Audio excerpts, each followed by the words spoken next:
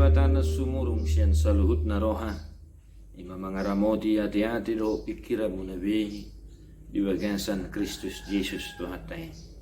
Amin.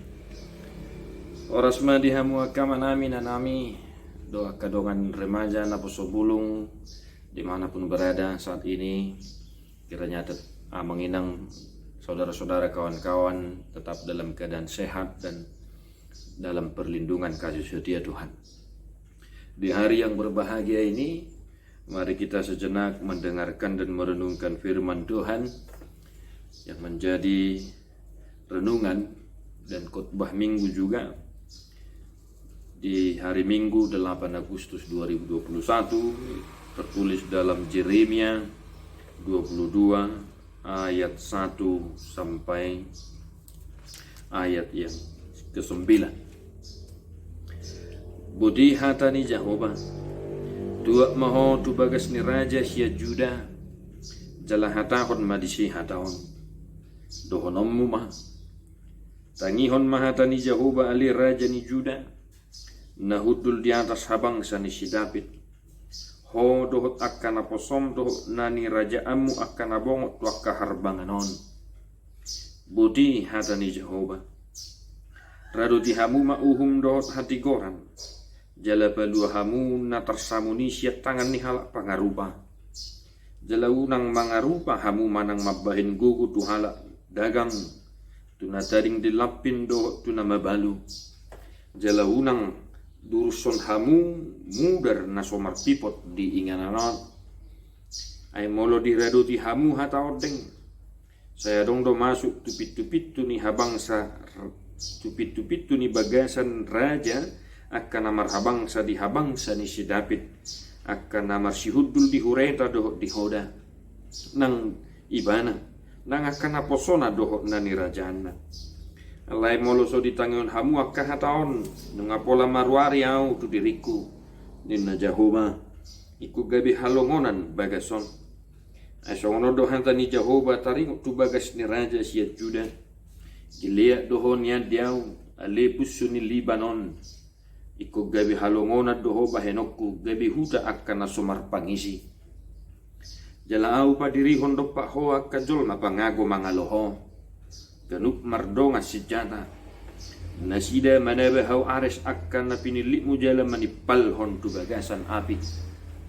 Jala torok bang soma mulus yalla bung ni hutaun jala didok be ganup tu donganna.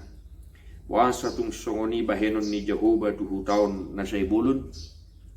Jadi dohonon nasida mah ala nati nadikon nasida padan tu Jehovah debata nasidai jala marsobat wakka debata sileban huhut mangoloi nasida ima hata itu hatta dihamuak kamanami nanami dengan remaja na pusobulung na hinaholongan di bagian satu hatta Yesus Kristus laho mangatusi untuk memahami Yeremia pasal 22 ini. Mari sejenak kita merenungkan dan menjawab dalam hati pertanyaan-pertanyaan berikut ini. Apakah yang saya lakukan sudah benar? Apakah kehidupanku sudah sesuai dengan yang dikehendaki Tuhan? Apakah khotbah atau renungan yang saya sampaikan sudah sesuai dengan firman-Nya? Apakah saya sudah adil dan benar dalam memimpin keluarga sebagai suami dan dalam mengeradoti isini bagas songon istri? Apakah saya sudah benar mendidik anak-anak saya? Apakah saya sudah benar adil menjalankan usaha atau bisnis saya? Pertanyaan-pertanyaan yang saya sampaikan kiranya boleh menghantar kita kepada perenungan akan firman Tuhan pada hari ini, di mana Yeremia diutus oleh Tuhan untuk menyampaikan firman-Nya kepada umat-Nya agar mereka senantiasa hidup berkelakuan adil dan benar sebagai umat Tuhan. Dan jika mereka tidak melakukan keadilan dan kebenaran sesuai dengan apa yang difirmankan oleh Tuhan, maka hukuman Tuhan juga akan terjadi bagi umatnya itu. Firman ini mengajak kita untuk senantiasa hidup dalam kebenaran dan berlaku adil dalam kehidupan ini. Mari kita membiasakan yang benar, bukan membenarkan kebiasaan-kebiasaan yang telah kita lakukan dalam kehidupan kita di tengah-tengah keluarga. Marilah kita melakukan keadilan dan kebenaran. Suami bertindak adil dan benar dalam memimpin keluarga. Istri bertindak adil, arif dan bijaksana dalam mengeradoti, mengerjakan kebutuhan-kebutuhan yang dibutuhkan di tengah-tengah keluarga. Para pemimpin-pemimpin gereja juga hendaknya berlaku adil dan benar dalam menjalankan penggembalaannya, dalam menjalankan semua yang berkaitan dengan pelayanan di tengah-tengah gereja. Dan sebagai anak di tengah-tengah keluarga, mari juga kita berlaku adil dan benar dalam mengikuti setiap nasihat perintah dari orang tua kita. Nats Epistel untuk hari Minggu ini menjadi pembanding bagi kita dalam memahami firman ini. Farisi, ahli-ahli Taurat, mereka dikenal sebagai orang yang ahli, sebagai orang yang sudah menguasai akan hukum, isi dari hukum Taurat. Tetapi apa yang terjadi? Mereka berperilaku barbar sesuai yang disampaikan oleh Tuhan Yesus Kristus. Mereka berbicara keadilan, namun mereka bersikap tidak adil. Mereka membicarakan kebenaran, tapi perilaku kehidupan mereka jauh dari apa yang dikatakan dengan benar. Oleh karena itu, Bapak Ibu Saudara-saudari, marilah senantiasa menuruti apa kata firman Tuhan. Mari senantiasa tunduk dan taat terhadap firman Tuhan. Di dalam Yesus Kristus, kita mampu melakukan apa yang dikehendaki oleh Tuhan. Sebab Tuhan Yesus menguatkan kita untuk senantiasa berperilaku benar dan melakukan keadilan dalam setiap kehidupan kita.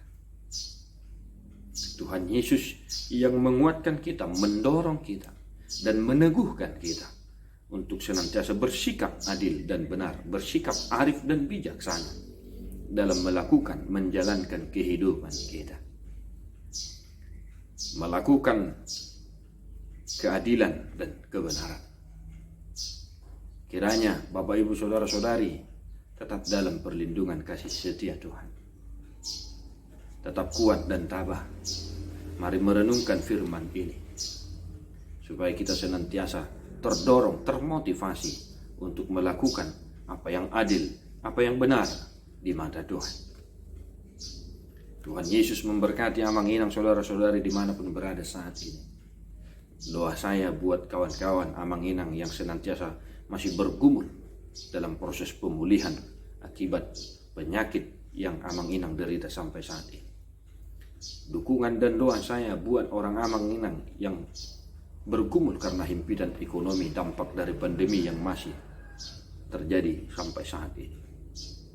Dan mari kita senantiasa jangan bosan-bosannya untuk berdoa, meminta pengasihan, belas kasihan dari Tuhan kita Yesus Kristus.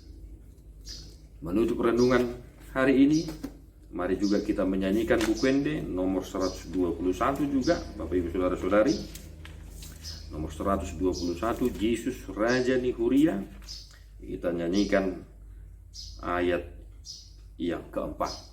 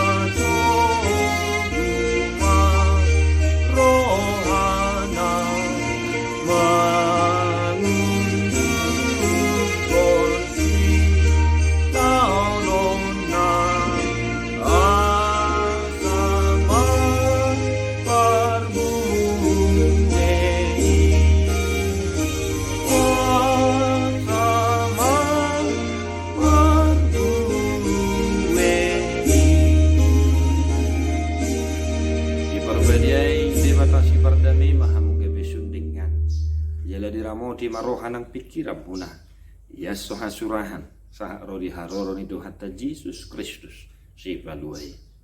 Amin.